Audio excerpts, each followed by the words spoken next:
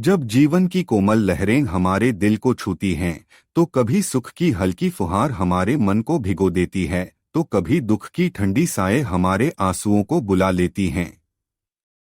हम रात के सन्नाटे में बैठकर सोचते हैं, यह सुख दुख की बुनावट, यह हंसी और आंसुओं का मेल, क्या यह सब हमारी अपनी रचना है या कोई अनदेखी लेखनी, कोई प्रारब्ध कर्म हमारी जिंदगी के कैनवास पर रंग बिखेर रहा है।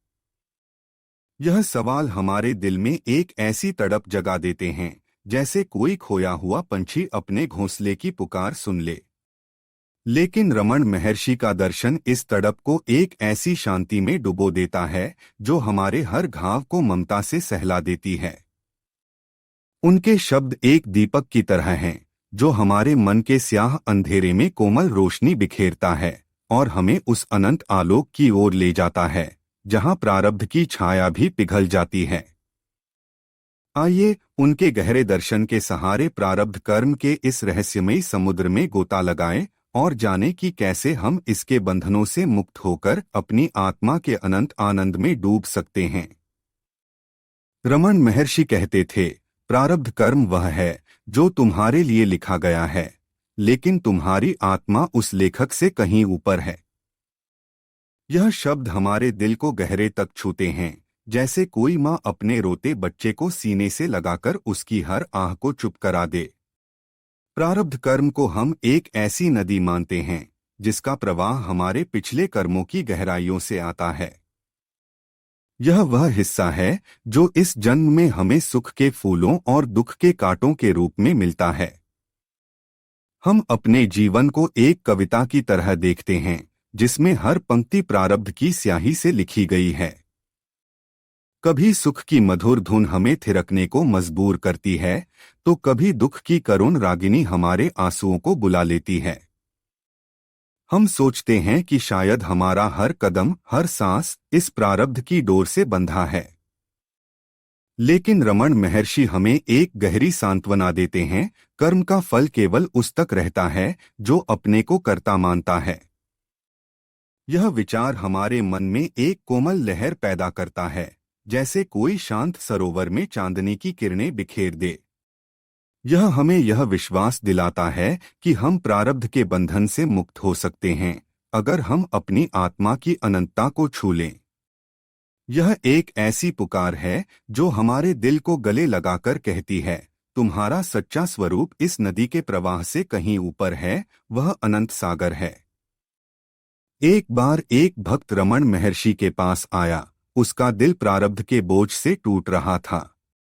वह बोला, मेरे जीवन में दुखों की बाढ़ क्यों आई? क्या यह मेरे प्रारब्ध की सजा है? रमण महर्षि ने उसकी आंखों में देखा, मानो उसकी हर पीड़ा उनकी करुणामयी नजरों में एक शीतल चांदनी बनकर पिघल गई हो, और कहा, प्रारब्ध केवल शरीर को छूता है, आत्मा को नहीं। यह पूछो कि यह दुख किसे हो रहा है। जब तुम अपने सच्चे स्वरूप को जान लोगे तो दुख केवल एक सपना बन जाएगा। यह जवाब हमारे दिल को एक गहरी राहत देता है, जैसे कोई खोया हुआ बच्चा अपनी माँ की गोद में लौट आए और उसे एहसास हो कि वह हमेशा सुरक्षित था। रमण महर्षि का दर्शन आत्मजांच की नींव पर खड़ा है। वे कहते थे, हर बार जब तुम्हारा मन प्रारब्ध के भंवर में डूबे, तो बस यह सवाल पूछो, मैं कौन हूँ। यह सवाल हमारे मन में एक गहरी लहर पैदा करता है, जैसे कोई शांत समुद्र में सूरज की किरणें नाच उठें। प्रारब्ध कर्म हमें बांधे रखता है, क्योंकि हम अपने को इस शरीर और मन की सीमाओं में जकड़ लेते हैं। लेकिन जब हम आत्मजांच के सहारे अपने भीतर झांकते हैं और यह पूछते हैं कि मैं कौन हूँ, तो हम उस अनंत आकाश को छू लेते हैं, जहां प्रारब्ध की कोई छाया नहीं पड़ती। उनके शब्दों में, सत्य को जानने के लिए अपने भीतर डूबो। वहां तुम्हें वह मिलेगा जो प्रारब्ध की डोर से मुक्त है। यह विचार हमारे दिल में एक ऐसी तड़प जगा देता है, जैसे कोई प्यासा यात्री रेगिस्तान में एक ठंडे झरने की पुकार सुन ले। हम अपने जीवन को प्रारब्ध के हिसाब किताब में उलझा देते हैं, सोचते हैं कि हर दुख, हर सुख किसी पुराने कर्म की सजा या इनाम है। लेकिन रमण महर्षि हमें सिखाते हैं कि आत्मजांच हमें इस उलझन से आजाद कर देती है। यह एक ऐसी अनुभूति है जैसे कोई थका हुआ यात्री एक हरे भरे बगीचे में पहुंच जाए और वहां की शीतल हवा उसके सारे दुखों को पिघला दे। एक भक्त ने रमण महर्षि से पूछा, मेरे प्रारब्ध ने मेरे जीवन को दुखों से भर दिया, मैं इस बोझ से कैसे मुक्त हो? रमण महर्षि ने उसकी आंखों में देखा, मानो उसकी सारी बेचैनी उनकी शांत नजरों में एक खिले हुए कमल की तरह खो गई हो, और कहा, प्रारब्ध को पकड़ने की कोशिश मत करो। यह देखो कि यह दुख किसे हो रहा है। जब तुम यह जान लोगे कि तुम अनंत आत्मा हो, तो प्रारब्ध केवल एक बादल बन जाएगा जो तुम्हारे आकाश को छू भी नहीं सकता। यह जवाब हमारे दिल को एक गहरी सांत्वना देता है, जैसे कोई हमें अपने आलिंगन में लेते हुए कहे, तुम प्रारब्ध के गुलाम नहीं, तुम अनंत सूरज हो। रमण महर्षि कहते थे, प्रारब्ध केवल मन का एक सपना है। जब मन शांत हो जाता है तो प्रारब्ध की कोई सच्चाई नहीं रहती। यह शब्द हमारे मन में एक गहरी हलचल मचाते हैं, जैसे कोई प्राचीन मंत्र एक पवित्र गुफा में गूंज उठे। हम प्रारब्ध को अपनी नियति मान लेते हैं, जैसे कोई कठपुतली अपनी डोर को अपनी जिंदगी समझ ले। हम सोचते हैं कि हमारा हर सुख, हर दुख, हर एक पल पहले से लिखा हुआ है और हम इस लेख को बदल नहीं सकते। लेकिन रमण महर्षि हमें सिखाते हैं कि यह नियति केवल हमारे मन की रची माया है। जब हम अपनी आत्मा की गहराई में डूबते हैं तो प्रारब्ध एक कोमल स्वप्न की तरह बिखर जाता है। हम प्रारब्ध से डरते हैं, जैसे कोई रात के अंधेरे में अनजानी राह से डरे। हम सोचते हैं कि हमारे पिछले कर्म हमें सजा दे रहे हैं और हम इस सजा से बच नहीं सकते। लेकिन रमण महर्षि कहते हैं, जो अपने को कर्ता नहीं मानता, उसके लिए प्रारब्ध का कोई बंधन नहीं। यह विचार हमारे मन को एक गहरी राहत देता है, जैसे कोई हमें आग की लपटों से निकालकर ठंडी छांव में ले आए। यह एक ऐसी अनुभूति है जैसे कोई बच्चा अपनी बनाई रेत की मूर्ति के टूटने से रोए, लेकिन उसे एहसास हो कि वह मूर्ति उसका सच्चा स्वरूप नहीं। एक भक्त ने रमण महर्षि से पूछा, मेरे प्रारब्ध ने मेरे जीवन को अंधेरे में डुबो दिया, मैं इस जाल से कैसे निकलूं? रमण महर्षि ने उसकी आंखों में देखा, मानो उसकी सारी पीड़ा उनकी करुणामयी नजरों में एक शांत तालाब बन गई हो, और कहा, प्रारब्ध केवल मन को बांधता है। यह देखो कि यह प्रारब्ध किसे सता रहा है। जब तुम यह जान लोगे कि तुम आत्मा हो, तो प्रारब्ध की कोई डोर तुम्हें नहीं जकड़ पाएगी। यह जवाब हमारे दिल को एक गहरी शांति देता है, जैसे कोई हमें एक तूफानी रात में अपने घर की गर्माहट में ले आए। रमण महर्षि कहते थे, मुक्ति का अर्थ है यह जान लेना कि तुम पहले से ही मुक्त हो। यह शब्द हमारे मन में एक ऐसी तड़प जगा देते हैं, जैसे कोई कैद में पड़ा पंछी खुले आसमान की पुकार सुन ले। प्रारब्ध हमें बांधे रखता है, क्योंकि हम अपने को इस शरीर और मन की सीमाओं में जकड़ लेते हैं। हम सोचते हैं कि हमारे कर्म, हमारा प्रारब्ध हमारी जिंदगी की हर कहानी लिख रहे हैं।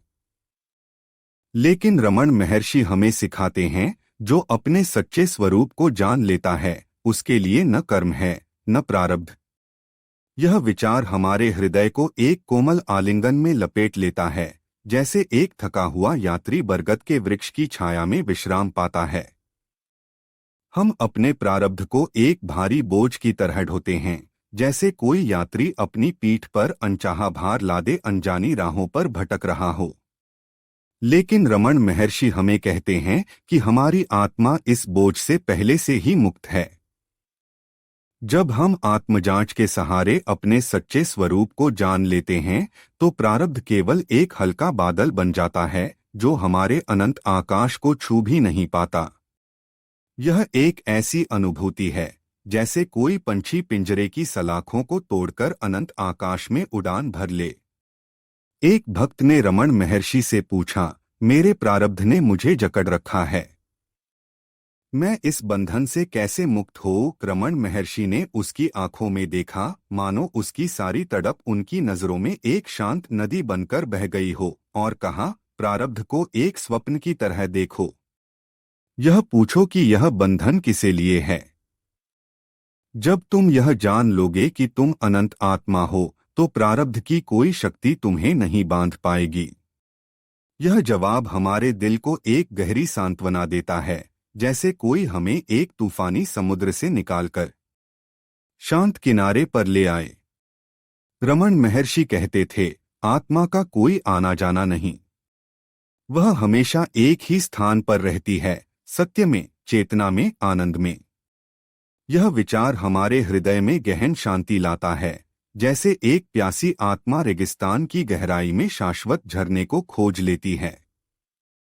प्रारब्ध केवल हमारे शरीर और मन को छूता है, लेकिन हमारी आत्मा इसकी सीमाओं से कोसों दूर है। जब हम आत्मजांच के सहारे अपने सच्चे स्वरूप को जान लेते हैं, तो हमें यह एहसास होता है कि हम वह अनंत चेतना हैं, जो न कर्मों की डोर से बंधती है, न प्रारब्ध की छाया से। खुशी तुम्हारा स्वभाव है। इसे चाहना गलत नहीं है। गलत यह है कि इसे प्रारब्ध के फल में खोजना। हमारे हृदय में एक लालसा जगाओ, जैसे कोई खोया हुआ यात्री शीतल झरने की पुकार सुनता है। हम अपने प्रारब्ध के फल में सुख की तलाश करते हैं, दुख के कांटों से डरते हैं। लेकिन रमण महर्षि हमें सिखाते हैं कि सुख हमारा स्वरूप है। हमें इसे प्रारब्ध के लेखे में खोजने की जरूरत नहीं। यह एक बहुत ही कोमल अनुभूति है, जैसे कोई बच्चा अपनी माँ की गोद में लौट रहा हो और उसे एहसास हो कि वह हमेशा सुरक्षित था, हमेशा संपूर्ण था। एक भक्त ने रमण महर्षि से पूछा, मेरे प्रारब्ध ने मेरे सुख को छीन लिया, मैं इसे कैसे वापस पाऊं? रमण महर्षि ने जवाब दिया, सुख की तलाश छोड़ दो। यह देखो कि यह सुख किसे चाहिए। जब तुम यह जान लोगे कि तुम आत्मा हो, तो सुख केवल तुम में ही बहेगा। यह उत्तर हमारी आत्मा को शांति प्रदान करता है, जैसे एक हल्की हवा हजारों चिंताओं का भार दूर ले जाती है, तथा यह फुसफुसाती है कि हमारे अस्तित्व के शाश्वत प्रकाश में आनंद पहले से ही हमारा है। रमण महर्षि कहते हैं, जीवन का एकमात्र मकसद है यह जानना कि तुम कौन हो। जब तुम यह जान लोगे, तो प्रारब्ध केवल एक कहानी बन जाएगा। यह विचार हमारे हृदय में गहरी तड़प जगाता है, जैसे कोई सोया हुआ पक्षी स्वतंत्रता की पुकार सुनता है। हम अपने जीवन को प्रारब्ध के हिस्सों में, सुख और दुख के टुकड़ों में और कर्मों के चक्र में बंधा मानते हैं। लेकिन रमण महर्षि हमें सिखाते हैं कि हमें अपनी आत्मा की पुकार सुननी चाहिए। एक भक्त ने पूछा, मेरे प्रारब्ध ने मुझे जकड़ रखा है, मैं इस चक्र से कैसे मुक्त हों? रमण महर्षि ने जवाब दिया, प्रारब्ध को एक बादल की तरह देखो। यह केवल तुम्हारे मन को छूता है। जब तुम यह जान लोगे कि तुम अनंत आत्मा हो, तो कोई बंधन नहीं रहता। यह उत्तर हमारे हृदय को शांति से भर देता है, जैसे एक नदी अंतः सागर से मिलती है, तथा हमें आश्वस्त करता है कि हम भाग्य से बंधे नहीं हैं, बल्कि अपने सार में स्वतंत्र हैं। रमण महर्षि का दर्शन हमें प्रारब्ध कर्म के साये से निकालकर उस अनंत आलोक में ले जाता है, जहां न कोई बंधन है, न कोई डर। वे कहते हैं, तुम वही हो जो सदा से थे और सदा रहेंगे। यह विचार हमारी आत्मा को एक कोमल लोरी की तरह झुलाता है, एक ऐसी शांति लाता है जो सभी भय को दूर कर देती है। जब हम आत्मजांच के माध्यम से अपने सच्चे स्वरूप को जानते हैं, तो प्रारब्ध एक क्षणभंगुर छाया बन जाता है, जो हमारे शाश्वत स्व के प्रकाश में फीका पड़ जाता है। तो आइए रमण के इस दर्शन को अपने दिल की धरती पर बोए। आइए हम आत्मजांच करें, अपने मन को शांत करें और उस सत्य को पाएं जो हमें प्रारब्ध की जंजीरों से, दुख की छाया से और कर्मों के चक्र से मुक्त करता है। क्योंकि जैसा कि रमन महर्षि ने कहा, सत्य को जानने के लिए अपने भीतर डूबो। वहां तुम्हें वह मिलेगा जो कभी नहीं मरता। तो दोस्तों, यह था आज का वीडियो। अगर आपको यह जानकारी पसंद आई हो तो वीडियो को लाइक और शेयर जरूर करें। और हाँ, चैनल को सब्सक्राइब करना न भूलें। अगले वीडियो तक के लिए नमस्ते। धन्यवाद।